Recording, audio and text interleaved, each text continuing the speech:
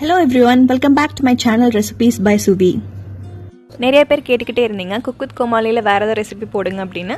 So இன்றைக்கி நம்ம பார்க்க போகிற ரெசிபி பாபா மாஸ்டர் பண்ண ரோஸ் அவல் பாயாசம். இது எல்லா பாயாசத்தோட கொஞ்சம் டிஃப்ரெண்ட் ஸ்டைலில் பண்ணியிருக்காரு அவர். இது எப்படி பண்ணுறதுன்னு நம்ம வாங்க பார்க்கலாம். இந்த ரெசிபி குழந்தைங்களுக்கு கண்டிப்பாக பிடிக்கும். ஸோ கண்டிப்பாக ட்ரை பண்ணி பாருங்கள். ஒரு பேனில் 2 கப் பால் ஆட் பண்ணிக்கோங்க.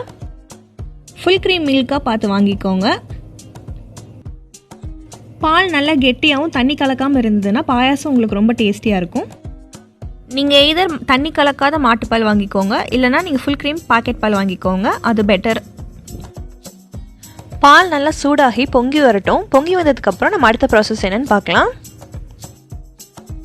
பால் நல்லா பொங்கி வர ஆரம்பிச்சிடுச்சு. இது நல்லா மிக்ஸ் பண்ணி விட்டுக்கோங்க. இப்போது பால் ரெடி ஆகிடுச்சு. அடுத்து ஒரு பவுலில் 1 கப் அவல் எடுத்துக்கோங்க. 1 கப் அவலுக்கு 1 கப் தண்ணி ஆட் பண்ணி 2 நிமிஷம் மட்டும் நீங்கள் இது சோக் பண்ணி வைங்க. ஒரு பேன் இல்லைனா கடாயில் 1 டேபிள் ஸ்பூன் நெய் விட்டுக்கோங்க. நெய் நல்லா சூடாகி மெல்ட் ஆனதுக்கப்புறம் இதில் ஒரு 10லேருந்து 15 முந்திரி பருப்பு ஆட் பண்ணிக்கோங்க. முந்திரி பருப்பு ஆட் பண்ணி நல்லா பொன்னிறமாகிற வரைக்கும் இது நல்லா வறுத்துக்கோங்க. லைட்டாக கலர் சேஞ்ச் ஆக ஆரம்பிக்கிறப்ப இதில் நம்ம முந்திரி பழமும் ஆட் பண்ணிக்கலாம். மீடியம் ஃப்ளேமில் வச்சு நல்லா கலந்து விட்டுக்கோங்க. முந்திரி பருப்பு நல்லா பொன்னிறமாகவும் முந்திரி பழம் நல்லா உப்பி வரணும். இப்போ ரெடி ஆகிடுச்சு. இதை நம்ம ரிமூவ் பண்ணிக்கலாம். அதே பேனில் அவலை வடிகட்டி ஆட் பண்ணிக்கலாம்.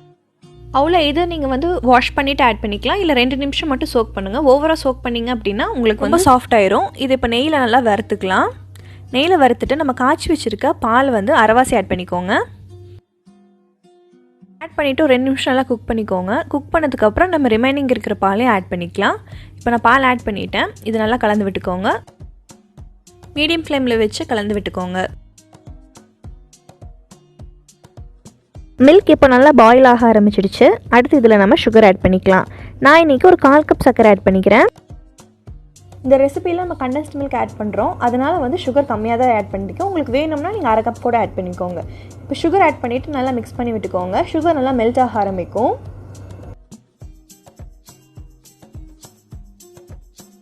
இப்போ நல்லா கெட்டியாக ஆரம்பிச்சிடுச்சு. அடுத்து இதில் நம்ம ரிமைனிங் பாலையும் ஆட் பண்ணிக்கலாம்.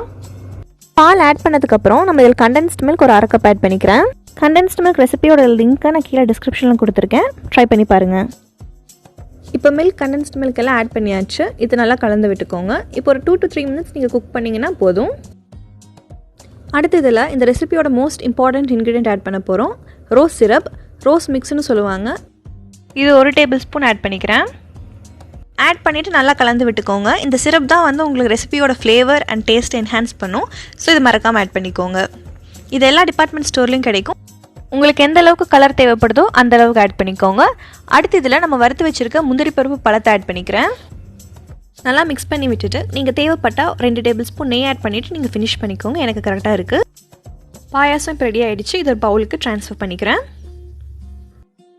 இந்த ரெசிபியை நீங்கள் சூடாகவும் சர்வ் பண்ணலாம், இல்லை 2 to 3 ஹவர்ஸ் நீங்கள் ஃப்ரிட்ஜில் வச்சுட்டு நீங்கள் சில்லுன்னு சர்வ் பண்ணி பாருங்கள். நம்ம யூஸ்வலாக பால் பாயாசம், சேமியா பாயாசம், அப்புறம் பாசிப்பருப்பு பாயாசம் தான் ட்ரை பண்ணி பார்த்துருப்போம். இந்த மாதிரி ரோஸ் அவல் பாயாசம் நம்ம ட்ரை பண்ணியிருக்க மாட்டோம். இதை நான் ஒன்ஸ் ட்ரை பண்ணி பார்த்தேன். ரொம்ப ரொம்ப டேஸ்டியாக இருந்துச்சு, ரொம்ப டிஃப்ரெண்ட்டாகவும் இருந்துச்சு. குழந்தைங்களுக்கு கண்டிப்பாக பிடிக்கும். ஸோ வீட்டில் ட்ரை பண்ணி பாருங்கள்.